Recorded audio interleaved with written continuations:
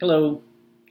Against Followers of the Academy is chapter 5 of book 1 of Epictetus' Discourses. And, I think this title is somewhat misleading because against followers of the Academy, to me, it sounds like what I'm going to be reading about is sort of criticism of academics, maybe, or people who follow some sort of academic discipline, but that's actually not what this discourse is about. What it's about is when a person won't change their mind, meaning when a person becomes to the point where they can't hear another argument, that they have shut off, I guess, any kind of processing, and they'll stick to their view and argue it really to the very, very end, and they won't change. And so Epictetus says in this discourse that this is common, that people will do this, that they will, when their certain view is threatened, they will not change it. And I think, today in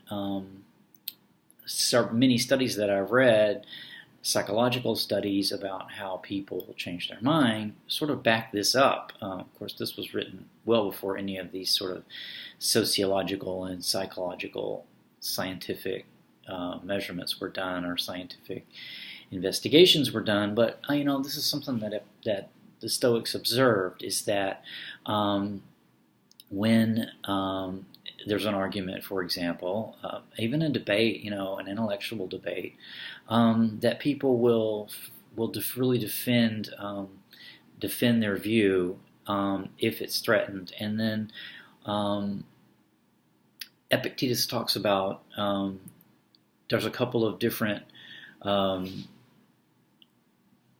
when sort of their intellectual view is challenged, and also when a moral view is challenged, they will defend it, and the reasoning is then shut off. And then one other little point that I think that's a very important point that Epictetus makes in this discourse is that this is, many times people consider this a character of strength, to be forceful and defend your view.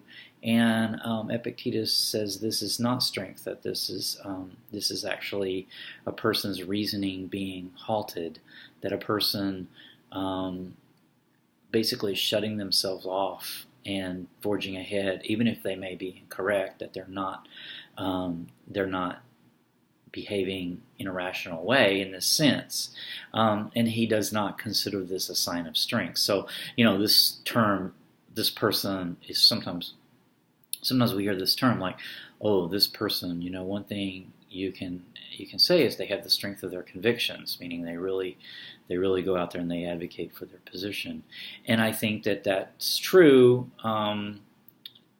to a large extent, but then on the other hand, one has to be careful, I think, if you're trying to develop your own virtue, that you have to be careful then that you have actually crossed the line from your convictions, and then you've actually shut your mind down and you're just fighting for the sake of fighting.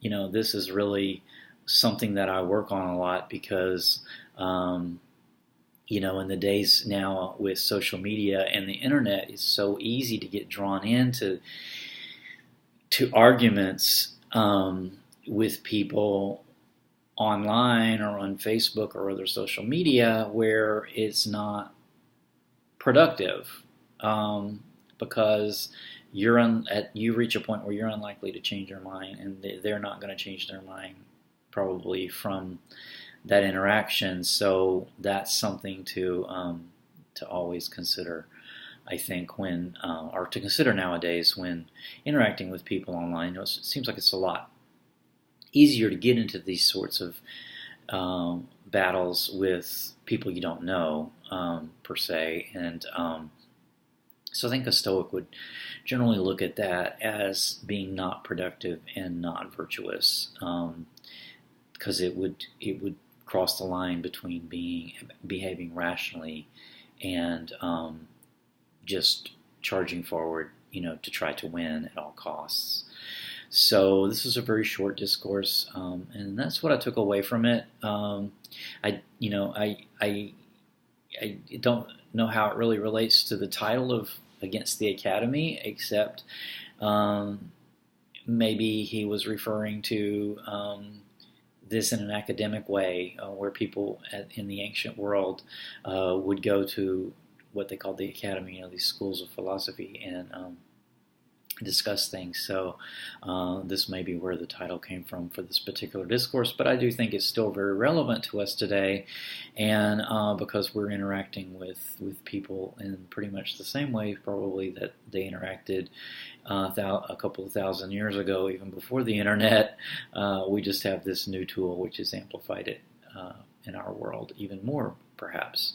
So I hope that was interesting. The next the next chapter is actually called On Providence. That's chapter 6, so that'll be coming up very soon. And until we chat again, take care.